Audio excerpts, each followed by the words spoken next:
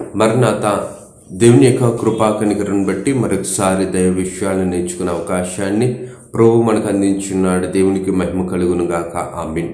ప్రకటన గ్రంథము 2వ అధ్యాయము 9వ వచనం నుంచి కొన్ని వచనాలను చదువుకుందారు. నీ శ్రమను, నీ దరిద్రతను నేను ఎరుగుదును, అయినను నీవు ధనవంతుడివే. తమ యూదులమని చెప్పుకొనుచు యూదులు కాక సాతాను సమాజపు వారి వలన నీకు కలుగు దోషణ నేను ఎరుగుదును. నీవు పొందబోవు శ్రమలకు భయపడకము. ప్రార్థన చేసుకుందారు.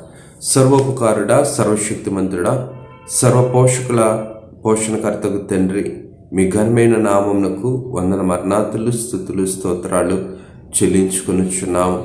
నీవేర్పరచుకున్న సంఘమును ప్రభా నీ ఒడిలో పెంచుకుంటకు, నీ ఒడిలో ప్రభా మేము పెరగగలిగే నీ వాక్య ఆహారమును మా ఆత్మకు నైనా స్థిరమైన బలమైన దైవాత్మ సంబంధమైన ఆహారమును మీరు మాకు అందించి నీ కాపుదల్లో బలపరిచి శ్రేష్టమైన ఈవులుగా మమ్మలను మార్చుమని యేసునామమున అడుగుచున్నాం తండ్రి. ఆమేన్. త్రిత్వదేవుని దీవెన ఆశీర్వాదములు సదాతోడైన ప్రభు మహిమ పొందును గాక. ఆమేన్. దేవుని యొక్క ప్రియ విశ్వాసులారా, దేవనామమున మనకు శుభములు కలుగును గాక. ఆమేన్.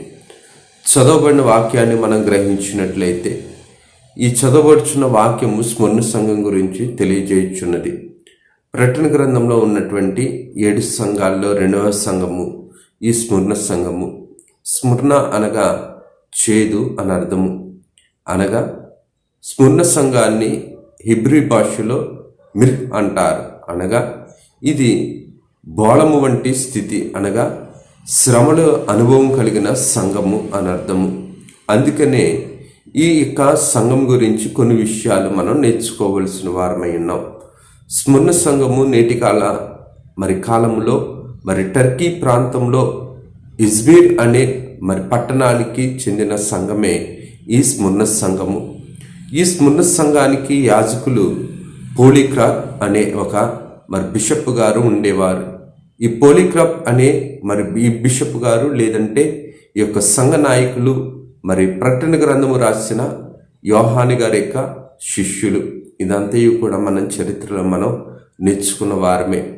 కానీ మనం గ్రహించవలసినది నేటి కాల సంఘములో కూడా శ్రమానుభవము, హింసానుభవము, శ్రమల వలన కలుగు మహిమాభివృద్ధి మనం నేర్చుకోవలసిన వారమై ఉన్నాం. మహిమాభివృద్ధిని మనం చేర్చుకోవలసిన వారమై ఉన్నాం. వాక్యాన్ని మనం గ్రహించినట్లయితే గనక స్మరణ సంఘములో ప్రభు తన్ను తాను పరిచయం చేసుకుంటూ, నేను మొదటి వాడను, కడపటి వాడను, మృతున్నైతిని కానీ నేను బ్రతికి తినని చెప్తున్నాడు ఆయన. ఎందుకు తను అలా చెప్పుకున్నాడు అని గ్రహించినట్లయితే మోషే గారి దగ్గర నీవెవరయ్యా అని నేను చెప్తే, నీవెవరయ్యా అని అడిగితే మోషే గారు నేను ఉన్నవాడను అని అన్నారు. ఇక్కడ స్మరణ సంఘం దగ్గరకు వచ్చేటప్పటికి ఏమని అంటున్నారంటే, నేను మృతున్నైతిని కానీ నేను బ్రతికిన వాడను. ఎందుకు ఈ మాట చెప్తున్నారనేసి అంటే, లోకంలో ఉన్న శ్రమ క్రైస్తవ సంఘాన్ని లేకుండా చేస్తుందేమో అన్న ఆలోచన కలిగి ఉన్న స్థితి. లోకంలో ఉన్న సంఘాన్ని లేదంటే కనుక లోకస్థితిలో ఉన్న సంఘము శ్రమలను సహించలేని సంఘం. కానీ లోకములో దైవాత్మ సహాయం కలిగిన సంఘము ఎట్టి శ్రమనైనను, ఎట్టి ఆవేదననైనను, ఎట్టి మిక్కిలి బాధనైనను తట్టుకొని ప్రసవ వేదన పడే శ్రమ వచ్చినప్పటికీ కూడా, మరణకరమైన తెగులు వచ్చినప్పటికీ, మరణకరమైన ప్రాణహానికరమైన ఆపద వచ్చినప్పటికీ కూడా ఈ సంఘము దేవుని వైపు చూసే శ్రమానుభవం కలిగి పరలోకములో మహిమను అందుకున్న సంఘము. ఉదాహరణకు మనం గమనించినట్లయితే ఈ సంఘ యాజకులు లేదంటే కనుక ఈ సంఘ స్థాపకులు నాయకులు అయినటువంటి స్మరణ సంఘపు నాయకులు అయినటువంటి పోలీక్రాప్ గారిని మనం గమనించినట్లయితే, నీరో చక్రవర్తి అపోస్తలుడైన పౌలు గారిని ఎలాగైతే చంపారో, డొమేషియన్ చక్రవర్తి ఎలాగైతే యోహాను గారిని చంపారో, ఈ యొక్క మార్కస్ అనే రోమా చక్రవర్తి ఈ యొక్క పోలీక్రాప్ అనే ఈ యొక్క నాయకుడిని వేడి నూనెలో వేసి కాల్చినట్లుగా మనం చూడగలుగుతున్నాం. ఎందుకు మనం ఇటువంటి విషయాలను మన ఆత్మీయ జీవితంలో నేర్చుకోవాల్సిన అంటే, భక్తుల యొక్క బ్రతుకు భక్తి కోసం ఉండేది. కానీ నేటి కాలపు భక్తి మానవుని యొక్క జీవన మనుగడ కొరకు ఉన్నట్లుగా మనం మరి ఉన్నట్లుగా మనం చూస్తున్నాం. మన బ్రతుకులో మరి శ్రమ ఉంటుంది. ఈ శ్రమ మానవ సంబంధమైన శ్రమ, లేదంటే గనక దేవుని యొక్క ఆత్మబలము పొందుకునే మరి శ్రమగా, సాధనముగా మనం చేసుకోవలసి వారమై ఉన్నాం. లీటర్లో మరి పాలను మనం కొలవాలంటే లీటర్లో మనం కొలుస్తాం. బట్టను మనం కొలవాలంటే మీటర్లలో మనం కొలుస్తాం. క్రైస్తవ విశ్వాస జీవితంలో విశ్వాసాన్ని మనం కొలవాలి అంటే మరి దానికి కొలబద్ద శ్రమ. స్మరణ సంఘము మనం గమనించినట్లయితే ఈ సంఘము దేవుని ఒడిలో ఉన్నప్పటికీ కూడా లోకమనే స్థితి దేవుని ఒడిలో ఉన్న సంఘాన్ని మరి ఏం చేస్తుందంటే అదృశ్యమైన శక్తులు, లోక సంబంధమైన మరి సైతాను సమూహములు, సైతాను సమాజములు, వాటి పన్నాగములు, వాటి ప్రయత్నములు స్మరణ సంఘాన్ని లేకుండా చేయాలని మరి చూస్తున్నది.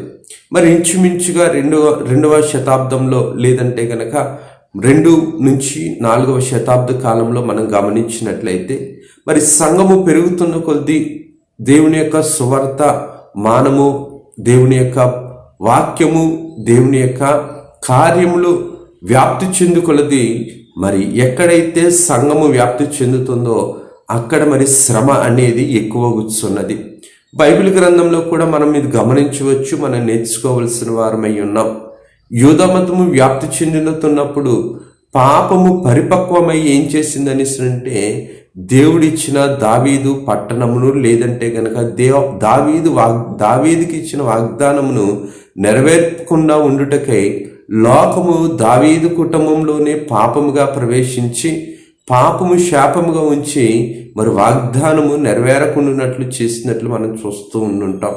అలాగుండే మనం గమనించినట్లయితే గనక మరి క్రైస్తవ సంఘంలో మనం గమనిస్తే ప్రారంభంలో అపోస్తులైన పౌలు గారు మరి చాలామందిని మనం చంపినట్లుగా, బాధ పెట్టినట్లుగా మనం చూస్తూ ఉంటాం. స్టీఫెన్ గారు మరి దేవుని యొక్క వాక్య వర్తమానాన్ని మరి సంఘానికే తెలియచేస్తుండేటప్పుడు మరి అపోస్తులైన పౌలు గారు మారు మనసు పొందకముందు ఆయన్ని కూడా మనం చంపినట్లుగా మనం చూస్తూ ఉండుంటాం. ఎందుకు ఈ మాటలు మనం మరి గమనించుకోవలసింది అంటే మన భక్తి జీవితంలో శ్రమ పెరుగుతుంది అంటే దేవుడు దాని వెనుక మహిమను పెంచుతున్నాడని అర్థం, విశ్వాసాన్ని పెంచుతున్నాడు. అందుకనే ప్రభు అన్న మాట, శోధనను సహించువాడు ధన్యుడు. ఈ యొక్క స్మరణ సంఘాన్ని మనం గమనించినట్లయితే కనుక ఇక్కడ ఒక మాట కనిపిస్తుంది, నీ శ్రమను, నీ దరిద్రతను నేను ఎరుగుదును, నీవు ధనవంతుడివే, ధన్యవంతుడివే. శ్రమ ఏం చేస్తుంది? శ్రమ దేవుని యొక్క ఆత్మ సంబంధమైన కార్యాన్ని మరి నెరవేర్పే సాధనము. శ్రమలు లేకపోతే మరి ఏమి లేదు, దేవుని యొక్క స్థితిలో సమాధానము లేదు. అన్నీ ఇస్తే దేవుడు కాదు, కానీ నిజమైన ప్రేమ, మిక్కిలి ప్రేమ, మరి దేవుని ప్రేమ కలిగిన వారు మరి శ్రమ వచ్చినా, కష్టం వచ్చినా, నష్టం వచ్చినా, వ్యాధి వచ్చినా, బాధ వచ్చినా, చింత వచ్చినా, మరి వస్త్రహీనత వచ్చినా, ఆహార కొరత వచ్చినా, మరి కుటుంబ ఆర్థిక పరిస్థితులు వచ్చినప్పటికీ కూడా దేవుణ్ణి పట్టుకొని ఉండుటే శ్రేష్ట అనుట మేలు. అందుకని కష్టస్థితిలో, నష్టస్థితిలో, వ్యాధి స్థితిలో, బాధ స్థితిలో, ఆవేదన స్థితిలో సంఘము దేవుని దగ్గర నుంచి చేజారిపోలేదు. సంఘము దేవుణ్ణి తొలివేయలేదు, తమిరివేయలేదు, దేవుణ్ణి విడిచిపెట్టలేదు. నేటి కాల సంఘములో కూడా మనం గ్రహించుకోవలసింది ఏమిటనేసంటే, ఈ స్మరణ సంఘము ఎలాగైతే మరి దరిద్రతలో ఉన్నదో, దారిద్రములో ఉన్నదో, ప్రభు అంటున్న మాట, భయపడకుము, నీవు ధనవంతుడవే. ఏంటి ధనము? ప్రభువే ధనము. అందుకనే అయ్యగారు రాస్తారు, ఏమని రాసుకున్నారనేసంటే, అందరూ పోయినా, ఎవరున్నా ఎవరు లేకపోయినా యేసులోనే అందరూ ఇమిడి ఉండగా నాకెవరు కావాలి, ఇంకెవరు కావాలి? యేసులోనే అన్నీయు అందరూ ఇమిడి ఉన్నారు. ఈ స్మరణ సంఘం యొక్క తలంపు కూడా ఏంటనేసనంటే ఇటువంటి స్థితే. శ్రమలలో దేవుణ్ణి తలంచే స్థితి, శ్రమలలో దేవుని నుంచి సహాయం కోరే స్థితి, శ్రమలలో దేవుని యొక్క ఆదరణను అందుకోవాలనే ఆశ కలిగిన స్థితి.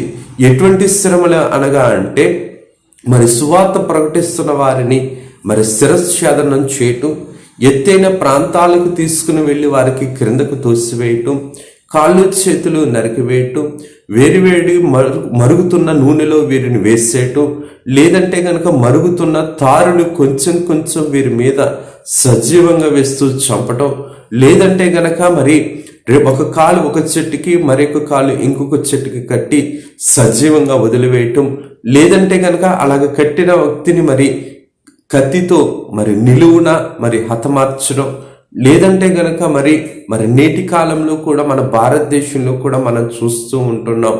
ఒక వ్యక్తికి మరి సువార్త ప్రకటిస్తున్న వారిని ఒక టైర్కి చుట్టి, ఒక కాలు 2 కాళ్ళు కూడా టైర్కి చుట్టి, మరి చేతులు కూడా మరి టైర్కి చుట్టి కదలకుండా మనిషిని మరి పెట్రోల్ వేసి తగలబెట్టిన మరి దుస్థితులు మనం చూస్తున్నాం. ఒరిస్సా ప్రాంతంలో మరి ఒక దొరగారిని మరి రాత్రిపూట పడుకున్న ఆ యొక్క కారులో మరి పైన క్రింద కూడా మరి చెక్కలు పేర్చి పెట్రోల్ వేసి సజీవంగా మరి 6 సంవత్సరాల పిల్లోడితోటి 10 సంవత్సరాల పిల్లోడితోటి సజీవంగా కాలిపోయిన మరి పరిస్థితులను మనం చూస్తాం. సంఘము ఎక్కడైతే విస్తరిస్తుందో, దేవుని రాజ్యము ఎక్కడైతే విస్తరిస్తుందో, దేవుని కార్యము ఎక్కడైతే విస్తరిస్తుందో, సైతాను అక్కడ ఏం చేస్తుందంటే కనబడకుండా పని చేస్తుంది. ఎందుకు ఈ మాట నేను అంటున్నాను అనిస్తుందంటే, ఆదాముకి తోటలో కనబడకుండా పాపము చేసి ఆదాముకే పాపాన్ని అంటించి దేవుని నుంచి దూరం చేసింది. శ్రమ కూడా ఏం చేస్తుంది అనిస్తుందంటే, దేవునికి చేర్చే సాధనము శ్రమ, దేవుని యొద్దకు చేర్చే సాధనము ఈ శ్రమలు. అందుకనే మన తండ్రి గారు రాశారు, శ్రమలే హారం, శ్రమలాత్మకు శృంగారం, శ్రమల వల్లనే విమలాత్మ ప్రోక్షణ అనేది మనకు జరుగుతుంది. ఎందుకు మనం శ్రమను పొందాలనిసంటే, అయ్యా నాకు శ్రమ వద్దు అనిసనంటే మరి దేవుని యొక్క మహిమ వద్దు అని అర్థం. శ్రమ వద్దు అనిసనంటే దేవుడిచ్చే మరి కిరీటము వద్దు అని అర్థం. శ్రమ వద్దు అనిసనంటే విశ్వాసంలో ఎదుగుదల వద్దు అని అర్థం. శ్రమ వద్దు అనిసనంటే దేవుని ఎదుట సాగిపడే విధేయతలో మరొక కొరత ఉందని అర్థం. అన్నీ ఇస్తేనే దేవుడు కాదు, ఏమివ్వకపోయినా దేవుడు అనే సంఘము స్మరణ సంఘము. ఈ స్మరణ సంఘము దేవుని వల్ల మేలులైతే ఎలాగైతే ఉపకారాలు పొంది ఆనందించిందో, అపాయం వచ్చినప్పుడు ఆవేదనలు వచ్చినప్పుడు స్మరణ సంఘము దేవునిలో ఉంటూ దేవుని యొద్ద మాత్రమే ఆదరణ పొందే సంఘము ఈ యొక్క స్మరణ సంఘము. అందుకనే ప్రభువు అంటున్న మాట, మరి లోకము నిన్ను బలహీనపరిచినా సరే, లోకము నిన్ను అపకార పాలు చేసినా సరే, లోకము నిన్ను ఒంటరి పాలు చేసినా సరే, నీవు నా గాయంలో తీయబడిన బిడ్డవు కాబట్టి నా గాయాలలో శ్రేష్టమైన మరి సంతానముగా నిన్ను మలుచుట కొరకు నిన్ను నేను ఏం చేస్తాననిసంటే, నిన్ను విడువను ఎడబాయను, నీకు నేను తోడుగా ఉంటాను. నేను భూలోకంలోకి వచ్చినప్పుడు నాకు ఈ లోకము ఏమివ్వలేదు, తలవాల్చుటకైనను స్థలము ఇవ్వలేదు. కనుక ఓ స్మరణ సంగమా, నీకు వస్తున్న శ్రమలకు నీవు భయపడకు, నీకు వస్తున్న శ్రమలకు నీవు అధైర్యము చెందకు. నీ దరిద్రత నాకు తెలుసు, నీ పేదరికము నాకు తెలుసు, నీ అవస్థలు నాకు తెలుసు, నీ బాధలు నాకు తెలుసు, కానీ నీవు ధన్యుడవు. అందుకనే మనం వాక్యంలో మనం గ్రహించినట్లయితే, ఫరో మరి మోషే ఫరో ఇంట మరి రాజకుమారుని అనిపించుట కంటే క్రీస్తు యేసునందు నన్ను ఎంత గొప్పది అనుకున్నాడు కాబట్టి ఆయన ముఖము ప్రభు మహిమతో ప్రకాశింపబడింది. మోషే గారి యొక్క జీవితంలో అద్భుతమైన స్థితి ఏమిటనిసంటే, అటువంటి శ్రమానుభవం కలిగినా సరే మరి ఇశ్రాయేలీయులను సంఘాన్ని విడిచిపెట్టలేదు, దేవుని పనిని విడిచిపెట్టలేదు, దేవుని యొక్క ప్రణాళికను విడిచిపెట్టలేదు, దేవుని ధర్మశాస్త్రాన్ని విడిచిపెట్టలేదు. కడవరిగా మోషే గారిని మరి మరణమైన తర్వాత దేవదూతలే వచ్చి స్వయంగా మరి సమాధి చేసినట్లుగా మనం మరి యోధా పత్రికలో మనం తెలుసుకోవలసిన వారమై ఉన్నాం. ఓ సంగమా, మరి మనకు భూలోకములో ఉన్న శ్రమలు మరి పరలోకములో మరి స్థానానికి మరి సోపానాలై ఉన్నాయి, మెట్లై ఉన్నాయి, అవి మనకి అలంకారాలై ఉన్నాయి. ఓ సంగమా, మరి భూలోకంలో ప్రభువునే చేర్చుకోలేదు, ప్రభువుని చేర్చుకున్న మనల్ని ఈ లోకము చేర్చుకోదు. కనుక మనం గ్రహించవలసింది ఏంటనిసనంటే, మరి కొత్తగా మనం చూడగలిగితే గనక భారతదేశంలో పరిస్థితి కూడా మరి క్రైస్తవ మతానికి ఆవేదనకరంగా కనబడుతుంది. ప్రపంచంలో కూడా ప్రపంచంలో మరి 2022 సంవత్సరం ప్రకారం మనం చూస్తే గనక మరి ప్రపంచంలో ఇంచుమించుగా ఉన్న అన్ని దేశాల్లోనూ మొట్టమొదటి దేశము ఆఫ్ఘనిస్తాన్ దేశము క్రైస్తవులని హింసిస్తున్న దేశాల్లో మొదటి దేశముగా ఉంది. భారతదేశము ఇన్ని దేశాల్లోనూ కూడా క్రైస్తవుని బాధపడుతున్న దేశాలలో 10వ దేశంగా కనబడుతుంది. ఇవి నా మాటలు కాదు, కానీ మనం మరి లోకాన్ని మనం గమనించినట్లయితే గనక మరి విషయాలన్నీ కూడా మనకి తెలుసుకునే వారమై ఉన్నాం. మన పనులు మనం చేసుకోవడం కాదు, కానీ దేవుని పనిని కూడా చేసేది సంఘము. అపోస్తలుడైన పౌలు గారు మరి దేవుని పనిని చేసినప్పుడు, ఆయన దేవునిలో శ్రేష్టమైన ఈవిగా ఉన్నప్పుడు అన్నీ విడిచిపెట్టుకొని దేవుని ప్రకటన మరి చేస్తుండేటప్పుడు మరి చెప్పసఖ్యము కానీ ఆత్మ యొక్క మాటలు రాజుగా ఉంచటానికి, యాజకులుగా ఉంచటానికి, ప్రభు ప్రణాళికను భూమి మీద పంచడానికి అపోస్తలుడైన పౌలు గారు ప్రణాళిక చేస్తుండేటప్పుడు అపోస్తలుడైన పౌలు గారిని ఈ లోకము ఏం చేసిందనిసినంటే మరి శిరస్సును ఖండించింది. స్టెఫెను గారిని రాళ్లతో కొట్టి చంపింది. అందుకనే మరి ఈ యొక్క స్మున్న సంఘము హతసాక్షుల సంఘం అని కూడా చెబుతారు. ఈ హతసాక్షులకు ఏం కనబడుతుందనిసినంటే పరలోకంలో మరి కొన్ని కిరీటాలు కనబడుతున్నాయి. అక్షయ కిరీటమని, ఆనంద కిరీటమని, మహిమ కిరీటమని, జీవ కిరీటమని, మరి అతిశయ కిరీటమని. మరి ఈ కిరీటాలు మనం పొందగలగాలనిస్తుంటే ప్రభు పొందిన కిరీటం మనం పొందాలి, ముండ్ల కిరీటం. ఈ ముండ్ల కిరీటము పొందకుండా పరలోకంలో జీవ కిరీటము కానీ, మహిమ కిరీటము కానీ, ఆనంద కిరీటము కానీ, అక్షయ కిరీటము కానీ, అతిశయ కిరీటము కానీ మరి మనం పొందేవారము కాదని మనం గ్రహించుకోవలసిన వారమై ఉన్నాం. ప్రభు అంటున్నమాట, ధైర్యముగా ఉండు, భయపడకు, నీకు పరలోకంలో నీవు ధనవంతుడవు. నేను పెద్దల దగ్గర నుంచి విన్న ఒక చిన్న విషయాన్ని చెప్పి నేను ముందుకు వెళ్తాను. అపోస్తలుడైన పౌలు గారు హతసాక్షి అయిపోయిన తర్వాత పరలోకములకు వెళ్ళినప్పుడు పరలోకంలో అందరూ కూడా పరిశుద్ధులు వచ్చి మరి ఈయన పలకరిస్తుండేటప్పుడు ఈయన చూపు ఒకరి వైపు పడింది. అక్కడ చాలా మహిమ రూపం ఉంది, చాలా తేజస్సు ఉంది, చాలా ప్రకాశితగా ఉన్నారు, చాలా పరిశుద్ధంగా ఉన్నారు. ప్రభు యొక్క ప్రత్యక్షత కలిగిన, ప్రభు యొక్క పోలికలు, దైవ లక్షణాలు కలిగిన మరి అంతస్తు, మరి అంత గొప్ప తేజస్సు, అంత గొప్ప వెలుగు, అంత ప్రకాశితం ఉన్న మరి ఒక పరిశుద్ధుల్ని అక్కడ చూస్తుండేటప్పుడు మరి అపోస్తలుడైన పౌలు గారు అన్నారట, అయ్యా ఆయన ఎవరయ్యా, మరి అంత ప్రకాశంగా ఉన్నారు, అంత తేజస్సుగా ఉన్నారనిస్తునంటే నీవు మారనప్పుడు, మారు మనసు పొందనప్పుడు నీవు క్రీస్తును ప్రకటిస్తున్నాడని చెప్పి రాళ్లతో కొట్టి చంపించావు కదా. ఆ స్టెఫెను యొక్క ఆత్మ పరలోకములు ఇంత ప్రభావకరంగా ఉందనేసి మరి చెప్పినట్లుగా మనం చూస్తాం. ఇది బైబిల్లో లేదు, కానీ నేను పెద్దల దగ్గర నుంచి విన్న మాట అన్నమాట. ఎందుకు నేను ఈ మాట చెబుతున్నాను అనిస్తానంటే, లోకము సంఘము మీద రాళ్ళు వేసేది, దేవుని మీదే రాయి వేయాలనుకున్నారు. కానీ దేవుడు అన్నాడు, నాలో మీరు పాపమున్నదని నిరూపించండి. ఆయన అంత ఖచ్చితంగా పరిశుద్ధమైన స్థితిలో ఉన్నాడు. అందుకనే ఆయన మరణాన్ని జయించాడు. మరి అమావాస్య రోజు మరి మన ఆకాశంలో చూస్తే గనక మేఘం వచ్చి మరి సూర్యుని కానీ చంద్రుని కానీ మరి కమ్మినప్పుడు అది మింగింది అని అనుకుంటారు. కానీ కొద్ది సమయం అయిన తర్వాత చంద్రులాగానే ఉండిపోతాడు.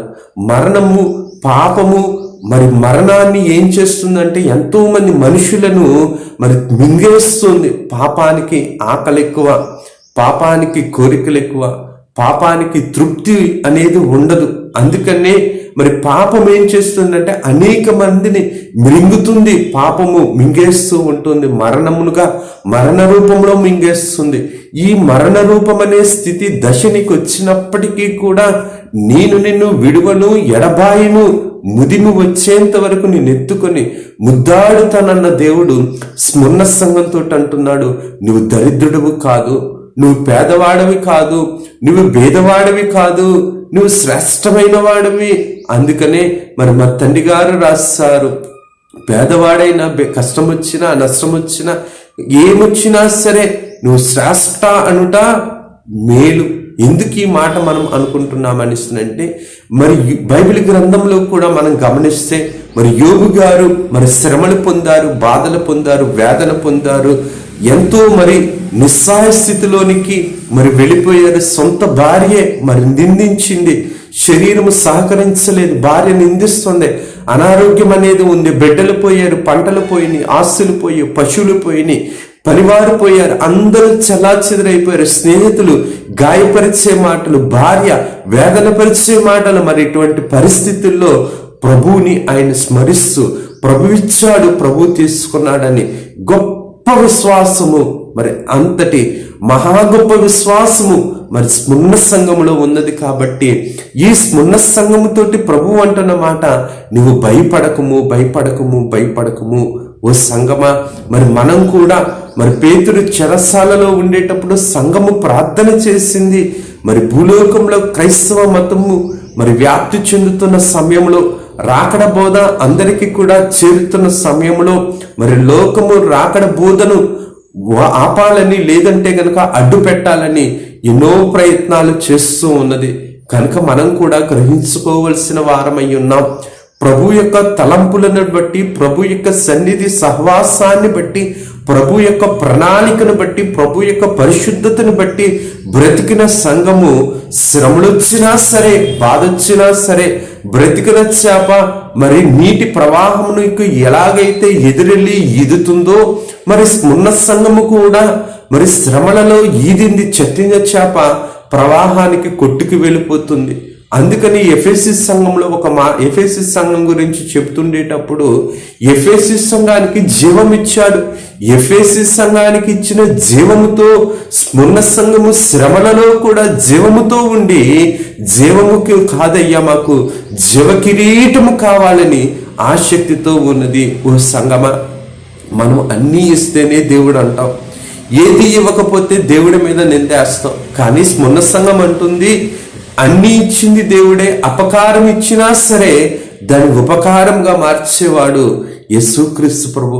మరణకరమైన శయ్య మీద ఉన్నప్పటికీ కూడా ఈ యొక్క శరీరము బలహీనమైనప్పటికీ కూడా రేపు ప్రభు వచ్చేటప్పుడు ఈ శరీరము ప్రభు పునరుద్ధారమైనప్పుడు ఎలాగైతే మహిమ శరీరము దాల్చాడో, మరి ఈ స్మున్న సంఘము కూడా మహిమ శరీరము వైపు ఆసక్తి కలిగిన సంఘము. కనుక ఓ సంఘమా, ప్రియమైన వారులారా, ప్రభు అంటున్న మాట, తమ యూదులమని చెప్పుకొనొచ్చు యూదులు కాక సైతాను సమాజపు వారితో నీకు కలుగు దోషణాన్ని నెరుగుదును. సంఘాన్ని మరి లోకం ఎప్పుడూ కూడా నిందిస్తుంది. లేని మాటను చెప్పడమే సైతాను పని. అందుకనే మా తండ్రి గారు రాశారు, ఒక వ్యక్తి గురించి ఉన్నవి కొన్ని, లేనివి కొన్ని చెప్పి ఆ వ్యక్తి యొక్క పేరును చెడగొట్టుట సైతాను యొక్క పని.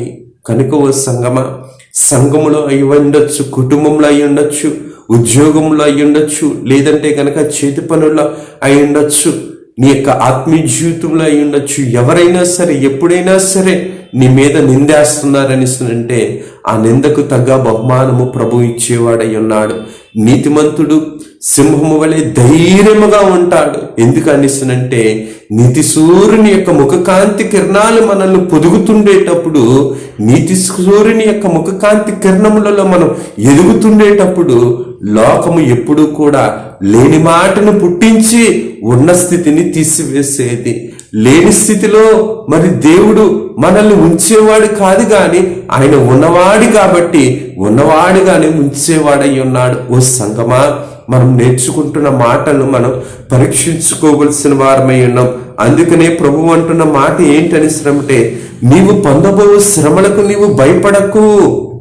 ఇదే మాట అంటాడు ఈయన ఎక్కడా, యెహోషువ గ్రంథంలో, భయపడకము, నిబ్బరము కలిగి ఉండుము, ధైర్యము కలిగి ఉండుము, మోషేకు తోడయ్యున్నట్లు నీకును నేను తోడయ్యుండెదను. ఎందుకు ఈ మాట మనం బయలుపరుచుకోవాలి, నడిపించుకోవాలి, నేర్చుకోవాలి అనిస్తుందంటే, మరి పాపము ఉన్న స్థితి నుంచి పడద్రోసేది, పాపము ఉన్న స్థితిలో నుంచి తొలివేసేది, పాపము నిరుత్సాహపరిచేది, అధైర్యపరిచేది, దేవుడి మీద విశ్వాసం లేకుండా చేసేది, ఉన్న స్థితిని తొలగించేది, ఉన్న ఆరోగ్యాన్ని తొలగించేది, ఉన్న ఆత్మీయ జీవితాన్ని ఆర్పివేసేది, ఉన్న స్థితిలో మరి ఊపిరి లేకుండా చేసేది పాపం యొక్క స్థితి. పాపానికి మరి పాప ఫలితము మరణము అనగా ఏమిటనిస్తుందంటే, మరి ఇక్కడ ఇదే సంఘంలో ప్రభు అంటున్న మాట, నీవు రెండవ మరణము వలన ఏ హానియు చెందు సంఘము కాదు. రెండవ మరణం అంటే ఏమిటి? నరకమైన స్థితిలోనికి వెళ్ళిపోకుండా, నరకం అనే స్థితిలోనికి కొట్టుకుపోకుండా. అందుకనే మన తండ్రి గారు రాస్తారు, మరి దేవుడు లోకమును ఎంతో ప్రేమించును అని అన్నారు. ఎంతవరకు ప్రేమించును? దేవుని యొక్క ప్రేమ నరక ద్వారపు అంచు వరకు ఉందనేసి మనం చెబుతున్నాం, మనం నేర్చుకున్నాం. ఎందుకు ఈ మాట మనం నేర్చుకోవలసిన వారమై ఉన్నామనేసి అంటే, ప్రభు విడిచిపెట్టేవాడు కాడు, విడనాడేవాడు కాదు. మంచి విత్తనాలు మరి సంఘంలో విత్తుతుండేటప్పుడు, అందుకనే ఈ సంఘానికి ప్రభు సాదృశ్యంగా ఒక మాట చెప్తున్నాడు. ఏంటి ఆ మాట అనేసినంటే, ఉపమానాల్లో ఒక ఉపమానము. మరి సంఘములో మరి దేవుడు వాక్యాన్ని విత్తుతుండేటప్పుడు కొన్ని విత్తనాలేమో గోధుమలుగా ఉన్నాయి, కొన్ని విత్తనాలేమో గురుగులుగా ఉన్నాయి. గోధుమలు తింటాం కానీ గురుగులు ఎవరు కూడా మరి స్వీకరించే స్థితి కాదు. అవి మోసపూరితమైన మొక్కలు, అవి కూడా సంఘంలోనే పెరుగుతున్నాయి. అనగా మనకి విశ్వాస జీవితంలో మరి దేవుడి మాటలు ఎన్నిసార్లు విన్నా, అందుకని యోబు గ్రంథంలో ఒక మాట ఉంటుంది, దేవుడు ఒక్క మారు పలుకును, 2 సార్లు కూడా మాట్లాడనైనా మనిషి అది గ్రహింపకుండును.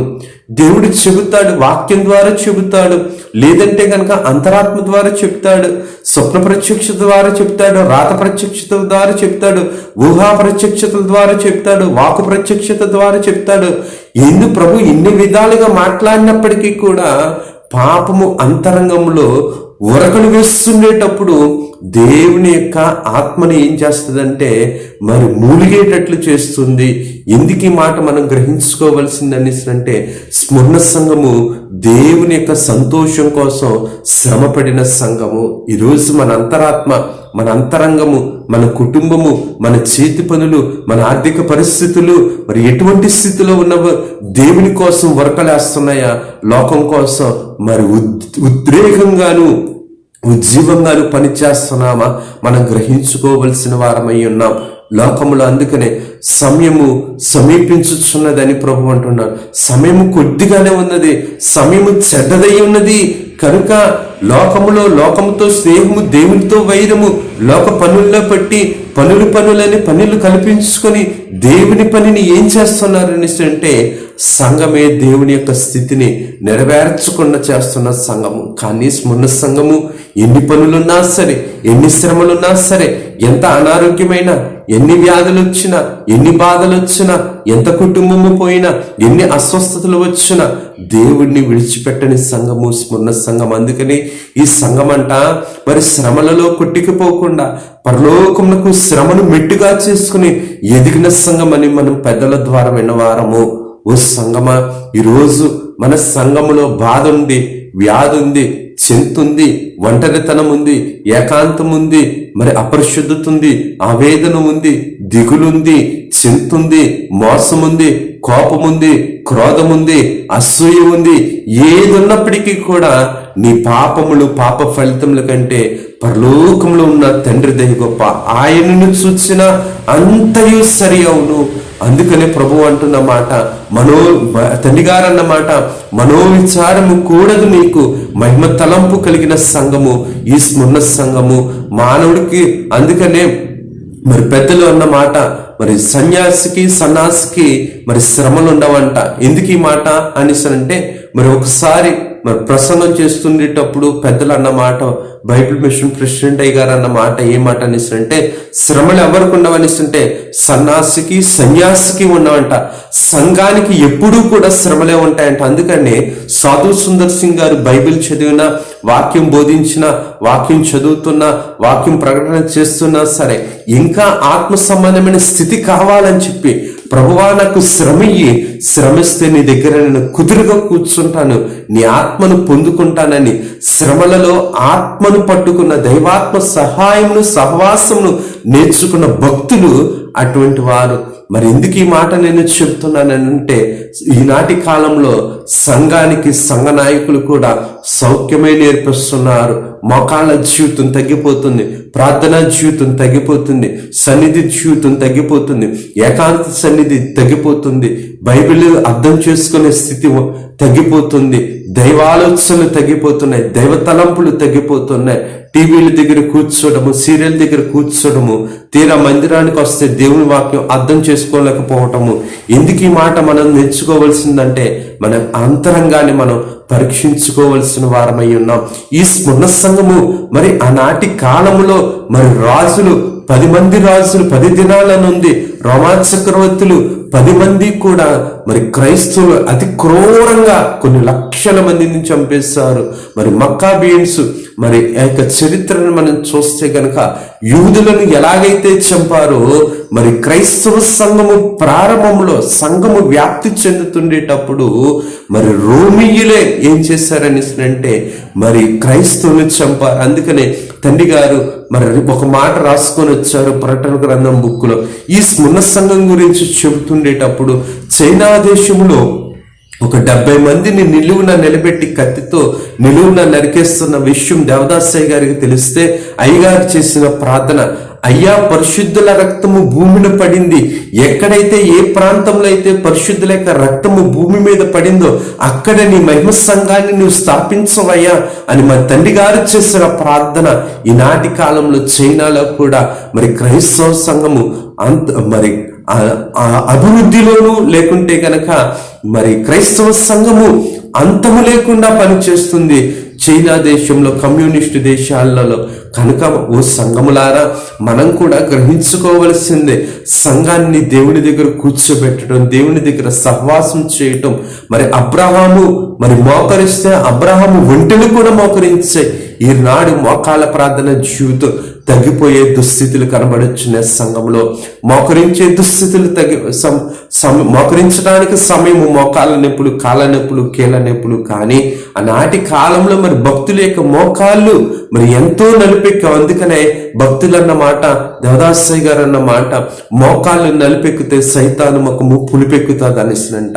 మోకాళ్ళ ప్రార్థన పరలోకానికి చేరి శ్రమను జయించే శక్తిని ప్రభు మనకు అందించేవాడై ఉన్నాడు. ఓ సంగమా వినుము, ఆత్మ చెప్పు సంగతులను చెవిగలవాడు వినుగాక. స్మరణ సంఘము భూలోకంలో బాధలు పొందొచ్చు గాని పరలోకంలో మహిమను పొందింది, పరలోకంలో కిరీటము పొందింది, పరలోకంలో సంతోషము పొందింది, పరలోకంలో ప్రభు సింహాసనం ఎదుట మరి 2వ బల మీద కూర్చుని ఉన్నది. ఓ సంగమా వినుము. ఎందుకు ఈ మాట నేను చెప్తున్నాననేసి నా మాటలుగా కాదు కానీ దైవాత్మ మాటగా మీరు తీసుకుంటే మరి లోకపు తలంపులతో దేవుని యొక్క వాక్యాన్ని మనం తలపోసుకోకూడదు. అందుకనే ప్రభు అంటున్న మాట, మరణము వరకు నమ్మకముగా ఉండము. నమ్మకం అంటేనే విశ్వాసం, విశ్వాసమునకు కర్తయు దాన్ని కొనసాగించు క్రీస్తు వైపు మరి చూడగలగాలి. మనం శ్రమ వచ్చిందని శ్రమల వైపు, నిందల వైపు, లేదంటే గనక లోకము వైపు, లోక సంబంధమైన స్థితి వైపు మనం చూస్తే గనక మరి దేవుడిని మనం పోగొట్టుకుంటాం. అందుకనే ఒకరోజు మరి శిష్యులు వచ్చి, అయ్యా నీతోటి మేము తిరిగితే మాకేంటయ్యా లాభం అనేసి అంటే, పరలోకంలో సింహాసనాలు మీకు ఇస్తానయ్యా అన్నాడు. ప్రభు మాట ఇచ్చినవాడు తప్పేవాడు కాదు. మనిషి మోసం చేయొచ్చు, మనుషుల మాట నమ్ముతారు, మోసపోయేవారు దేవుడి మాటను నమ్మరు. ఎందుకు ఈ మాట నేను చెబుతున్నాను అంటే మరి నాటి కాల సమయంలో క్రైస్తవ సంఘంలో, క్రైస్తవ కుటుంబాల్లో కూడా మరి సైతాను మరి చివరి వరకు కనబడకుండా దేవుని కార్యాలకు, దేవుని సంఘాలకు, దేవుని కార్యక్రమాలకు మరి విషముకొక్కుతూ ఏం చేస్తుందని అంటే సేవను, సంఘాలను ముందుకు వెళ్లకుండా కుటుంబాలను నాశనం చేసేస్తుంది. కారణం ఏమిటని అంటే సంఘాల్లో కూడా మరి శ్రమను కోరుకోవడానికి ఇష్టపడట్లేదు. శ్రమ వలన మరి భక్తి సాధనము, శ్రమ భక్తి సాధనము. ఎందుకు ఈ మాట అంటున్నానని అంటే శ్రమ ఏం చేస్తుందంటే భక్తిగా ఉంచటానికి ప్రభు ఇచ్చే ఈ సాధనం. ఈ శ్రమలతో మనం మరి దేవుని దగ్గర సహవాసం చేయాలి. కానీ మరి దేవునికి విరోధముగా తిరిగి దేవుడు ఏం చేశాడులే, పాపం వల్ల మరి పాప ఫలితం వల్ల శ్రమ వస్తుంది. కానీ సైతాన్ అంటాది, నీకే దేవుడు నువ్వు ఇన్నిసార్లు మందిరానికి వెళ్తూ నిన్ను ప్రార్థన చేస్తున్నా, నీకు దేవుడు మేలు చేయట్లేదు, ఇంకేం దేవుడు అన్న తలంపిస్తుంది. కనుక ఓ సంగమా, సైతాను తలంపులు మరి దేవుని యొక్క తలంపులకు, దేవుని యొక్క కార్యక్రమాలకు విరుద్ధము. మన యొక్క దేశంలో కూడా మరి ఎంతోమంది క్రైస్తవులు కాలిపోయారు, నలిగిపోయారు, కాల్చబడ్డారు, చీల్చబడ్డారు. మరి ఎంతోమంది నాలుకలకు వస్తారు, పళ్ళు రాలగొట్టారు. మరి ఎంతోమంది కాళ్ళు చేతులను నరికిన దేశము మన దేశము కూడా చరిత్ర ప్రకారం మనం చూస్తే దేవాలయాల్లో పడగొట్టడము, దేవాలయాలను పడగొట్టి మరి దేవాలయాల్లో ఉన్న జనాలను, చర్చిల్లో ఉన్న జనాలను, సంఘాన్ని బయటికి లాగి మరి వారి యొక్క ప్రతిరూపాలను, వారి యొక్క విగ్రహాలను లోపలకు చొరబెట్టే దేశముగా కనబడుతున్నది. కనుక ఈనాటి కాలంలో మరి సంగమా మేల్కొనుమా, ఓ సోమరి మరి చీమల ఎద్దుకు వెళ్ళు, బుద్ధి తెచ్చుకో అన్నట్లు సంగమా మనం మేల్కోవాలి.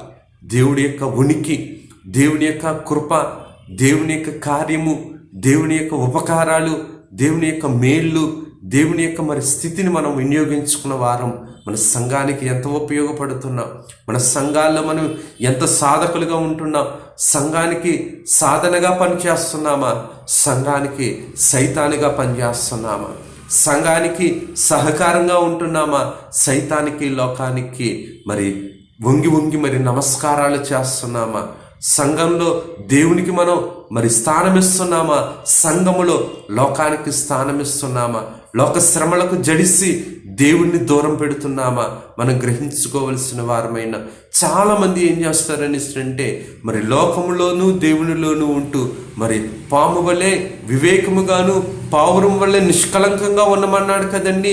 అందుకనే మేము దేవుడి విషయంలో ఎలాగుంటున్నామని చెప్పి సంఘానికి రాకుండా నాటకాలాడే మరి నాటక సంఘస్థులు ఎంతోమంది కనబడుతున్నారు మనకి. ఈ నాటక సంఘస్థులు ఒకరోజు ప్రభు అంటాడు, నీవెవరు నాకు తెలియదు. నాటక సంఘస్థులుగా ఉండిపోతే గనక దేవుణ్ణి మనం మరి త్రొక్కేస్తున్న వారం, దేవుని కార్యక్రమాలను తొక్కేస్తున్నాం. ఆయన మన కోసం ముండ్ల కిరీటం భరించాడు. ఎందుకని అంటే మన సంఘంగా ఉంటూ మహిమ కిరీటము, అక్షయ కిరీటము, ధవళ కిరీటము, జీవ కిరీటము, మహిమ కిరీటము, ఆనంద కిరీటము మరి పువ్వాలని పొందాలని ప్రభు యొక్క ప్రణాళిక. మనమేమో శ్రమలకు భయపడి, శ్రమలకు జడిసి, దేవునికి జడిసి, ఆకలికి జడిసి, ఆకాశంలో పక్షులను చూడు, అవి విత్తవు కొయ్యవు, వాటికి ఆహారం ఇవ్వట్లేదు, వాటికంటే మీరు శ్రేష్ఠులు కాదా అన్న దేవుణ్ణి మాట కంటే మన అవసరతలకు మనం అవకాశం ఇస్తున్న వారము. కనుక ఓ సంగమా, మనం గ్రహించుకోవాల్సిన భక్తి కోసం సంగమా, భక్తి కోసం మన బ్రతుక, లేకుంటే బ్రతకడం కోసం దేవుణ్ణి వాడుకుంటున్నామా? బాత్రూంలో ఒక బకెట్ ఉంటుంది, స్నానం చేసి ఏం చేస్తాం, ఆ బకెట్ను పక్కన పాడేస్తాం. దేవునికి కూడా మరి దేవాలయానికి వచ్చి అవసరం అయిపోయిన తర్వాత పక్కన పాడేస్తున్న వారులారా, వినియోగించుకుంటున్న వారులా, ఒక వస్త్రాన్ని ఇప్పి ఒక రోజంతా మరి ఆ వస్త్రం మరలా పాడేస్తారు, బయట మళ్ళీ వేరే చోట పెడతారు ఉతకటానికి. ఆదివారపు ఆరాధన అయిపోయిన తర్వాత మరి దేవుణ్ణి వాడుకోవడం కాదు. లేదంటే కనుక బాధ వచ్చినప్పుడు వేడుకొని బాధ తీరిపోయిన తర్వాత 9 మంది తప్పిపోయినట్లు తప్పిపోవటం కాదు. శ్రమ వచ్చిన, బాధ వచ్చిన, దుఃఖం వచ్చిన పట్టుకునేవాడే దేవుణ్ణి హత్తుకున్నవాడు. దేవుని పట్టుకోవడం అంటే దేవుణ్ణి హత్తుకోవడం. అందుకు ప్రభు అన్నాడు, మీరు నా ఎద్దుకు రండి, నేను మీ ఎద్దుకు వస్తానన్నవాడు. దేవుడి ఎద్దుకు వచ్చినప్పుడు దేవుడు అన్ని సమృద్ధిగా ఇచ్చాడు. ఈరోజు సమృద్ధి కడుపు నిండిందని చెప్పి ఆ కడుపు నింపిన దేవుడిని కూడా మరి ఎన్నో మాటలు ఆ సంఘానికి నాయకులుగా ఉన్నవారిని ఎన్ని మాటలో, ఆ సంఘానికి నాయకులుగా ఉన్నవారిని ఎన్ని బలహీనపు చూపులో, ఎన్ని బలహీనపు మాటలో. మనం కూడా మన ఆత్మీయ జీవితాన్ని ఒకసారి పరీక్షించుకుందాలి సంగమా. ఎందుకు ఈ మాట నేను అంటున్నాను అంటే సంఘానికి కాపరి యేసుక్రీస్తు ప్రభు అంటున్న మాట, భయపడకుము భయపడరాదు క్రీస్తు విశ్వాసి బైబిలినందు 365 వాగ్దానాలు కలవు కదా. భయపడుకుట ఎందుకు, బాధపడుట ఎందుకు? దేవుడు ఉన్నాడు కదా. మరి తుఫాను వచ్చినప్పుడు పేతురు జడిసాడు, అయ్యా ఎంత వస్తుంది, నీవు పడుకుంటున్నా, దేవుడికి తెలీదా? ఆయన కునికడు, నిద్రప్పుడు పరీక్షించేవాడు. శ్రమలు పరీక్షతో, ఈ శ్రమలనే పరీక్షలో మనం పరిశుద్ధమనే బ్రతుకును సంపాదించుకోవాలి. ఈ శ్రమలనే పరీక్షలో మరి దేవుని యొక్క నీతిని మనం సంపాదించుకోవాలి. ఈ శ్రమలనే పరీక్షలో విశ్వాసాన్ని మనం పరీక్షించుకోవాలి, పరీక్షించుకోవాలి. మరి ఫలాలుగా మారాలి. ఏంటి ఫలము? జీవవృక్ష ఫలము నుంచి జీవ కిరీటముగా మనం మారబడాలని దేవుని యొక్క ఉద్దేశము, దేవుని యొక్క ప్రణాళిక, దేవుని యొక్క కార్యమై ఉన్నది. ఈ స్మరణ సంఘము ఎలాగైతే శ్రమలకు జడిసేం తన రక్తాన్ని విడిచిపెట్టి మహిమ సంఘాన్ని మనకిస్తుందో, ఆ మహిమ సంఘ స్థితిలో మనం మన బిడ్డలకు మనమిస్తున్నామా, మనం నేర్పిస్తున్నామా, మనం దేవుని కార్యక్రమాలను తరతరాలకి మనం అందిస్తున్నామా, మనం గ్రహించుకోవలసిన వారమై ఉన్నాం. మహిమను సంపాదిస్తున్నామా బిడ్డల కోసము, లేదంటే కనుక క్షయమైన ఈ లోకాన్ని మనం బిడ్డలకి అందిస్తున్నలో ఆసక్తి చూపిస్తున్నాము. అదృశ్యమైన వాటి వైపు మనం ఆసక్తి చూపించి అక్షయమైన కిరీటాన్ని మనం పోగొట్టుకుంటున్నాం. ఓ సంగమా, వినండి, చెవి యొగ్గండి. దేవుడు అంటున్నాడు యిర్మీయా తోటి ఒకసారి, నువ్వు మొరపెట్టినా సరే నేను మొరను నువ్వు మొరపెట్టడం మానే, నువ్వు మొరపెట్టినా సరే నేను విననన్నాడు. ఎందుకనిసంటే మరి లోకముతో ఏకమైపోయింది దేవుడి ఎన్నిక జనము. ఈరోజు సంస్కారాలు తీసుకుంటూ, బాప్తీసాలు తీసుకుంటూ, పాదశుద్ధులు చేయించుకుంటూ, ఏ పాదిరి పాదాలైతే కడుగుతున్నాడో ఆ పాదిరినే పనికిమాలిన మాటలు మాట్లాడుతున్న పనికిమాలిన వారు ఎంతో మంది ఉన్నారు. ఎందుకు ఈ మాట నేను అంటున్నాను అనేసినంటే, సంఘము దేవుని యొక్క స్వాస్యము, దేవుని యొక్క స్వరూపము, దేవుని యొక్క మాటలు, దేవుని యొక్క పోలిక, దేవుని యొక్క తలంపు, దేవుని యొక్క తలాంతులు, దేవుని యొక్క సహాయ సహకారాలు నింపబడి ఉండాలని దేవుని యొక్క స్థితి అయి ఉన్నది. మనమేం చేస్తున్నాం, మనం ఏ స్థితిలో ఉంటున్నాం, మనం ఏ స్థితిలో భక్తిని సంపాదించుకుంటున్నాం. ఎందుకు ఈ మాట అంటున్నాను అనేసినంటే, మరి అధికారుల దగ్గర నుంచి కూడా తీసుకొని అధికారులకే మరి వంకలు పెట్టేవారు ఎంతో మంది ఉన్నారు. నీవాడు ప్రతి మాటయు కూడా ఆ తీర్పులోనికి వచ్చును. మీ పాపవృత్తిని మానుకొని మీ పాటలో మన తండ్రి గారు రాశారు, నీవు మరుతువేమో కానీ నీ తండ్రి మరువడు. నీవాడు ప్రతి మాటయు కూడా ఆ తీర్పులోనికి వచ్చును. సంగమా, వినుము, దేవుని మాట కోసం. దేవుని జీవము, దేవుడి జీవమై ఉన్నాడు సంఘములో. దేవుడే జీవము. శ్రమలు ఆ జీవము లేకుండా చెయ్యాలని త్రొక్కేది. అని దేవుని సంఘం అంటుంది. దేవుడు అంటున్నమాట, నేను జీవాహారము, శ్రమలో నీకు తోడై ఉంటాను, శ్రమలో నీకు తోడై ఉంటాను, శ్రమలో నీకు తోడుగా ఉంటాను, నిన్ను నడిపిస్తాను, నిన్ను ప్రేమిస్తున్నాను కదా, నా చేతులతో నిన్ను చెక్కుకున్నాను కదా, నా చేతులతో నిన్ను హత్తుకున్నాను కదా, నా చేతులలో మేకులు గుర్చించుకున్నాను కదా, నీకోసమే కదా ప్రక్కలో గాయపు పోట్లు, నీకోసమే కదా ముండ్ల కిరీటము, నీకోసమే కదా నన్ను నేనుగా మహిమ రూపాన్ని తగ్గించుకొని నా మహిమనంతా నీకు ఇవ్వటానికే కదా నీకోసం నేను సిలువలో శ్రమ పొందాను. లోకం ఎప్పుడూ కూడా మరి నన్ను ప్రేమిస్తున్నావు కాబట్టి నిన్ను నిందిస్తుంది, నా దగ్గరకు వస్తున్నావు కాబట్టి నిన్ను త్రోసివేస్తుంది, నిన్ను ఒంటరిగా వదిలివేస్తుంది. కానీ దేవుడు అంటున్న మాట, భయపడకము, భయపడకము, భయపడకము. చాలామంది అని అనుకుంటారు, అయ్యా మరి ఈ సమయానికి వాళ్ళు ఏమైతే మాకెందుకయ్యా, మేము కదా బాధపడేది. ఎందుకు ఈ మాట నేను అంటున్నాను అనేసినంటే, లోకపు మాట లోకాన్ని చూసంటది, దైవశక్తి మాట దైవ తలంపులను చూసంటే మాట భయపడకము, నా దేవుడు నాకున్నాడు. అయ్యగారు అన్నమాట, నాకేమి కుదువ, నాదుడుండగా శ్రేష్ఠ పాలకుడు, ఏకరక్షకుడు. మరి చుట్టూ కూడా మరి అదృశ్య శక్తులు కమ్మినా సరే, నలువైపులా కూడా నాలుగు దిక్కులు కూడా అదృశ్య శక్తులు, చీకటి శక్తులు కమ్మినా సరే నిన్ను పైకి లేవనెత్తువాడున్నాడు. ఏసేపు నువ్వు లేవనెత్తలేదా? చుట్టూ వేస్తారు, రాళ్లలో మరి బావిలో వేస్తారు, పైకి లేపాడు కదా. దేవుడు లేపేవాడు కానీ తొక్కేవాడు కాదు. నీ బుద్ధి తొక్కొచ్చేమో, నీ పాపము నిందు తొక్కేస్తుంది, నీ పాప ఫలితము నిందు తొక్కివేస్తుంది. లేదంటే కనుక లోకము సంఘాన్ని తొక్కివేస్తుందేమో. ఆ తొక్కేవారిలో మనం కూడా సైతాను సమాజముగా ఉండి లోకముతో ఏకమై ఎంతమందిని ఎన్ని మాటలు మాట్లాడుతున్నామో మనం కూడా పరీక్షించుకోవలసిన వారమైనా. ఒక్కడినైపోయాను, వడిలిపోవద్దు, నీ ప్రక్కన అనేక మంది దేవదూతలు ఉన్నారు, నువ్వు ఒక్కడివి కాదయ్యా. ఓ సంగమా, నువ్వెప్పుడూ ఒక్కడివి కాదు. నువ్వు నిజంగా సంగమగా ఉంటే నీ ప్రక్కన ప్రభువు ఉంటారు, పరలోకపు దేవదూతలు ఉంటారు, పరలోకపు పరిశుద్ధులు ఉంటారు, పరలోకపు ఋషీశ్వరులు ఉంటారు, భూలోకపు పరిశుద్ధులు ఉంటారు. నువ్వెలా ఒంటరివాడవు?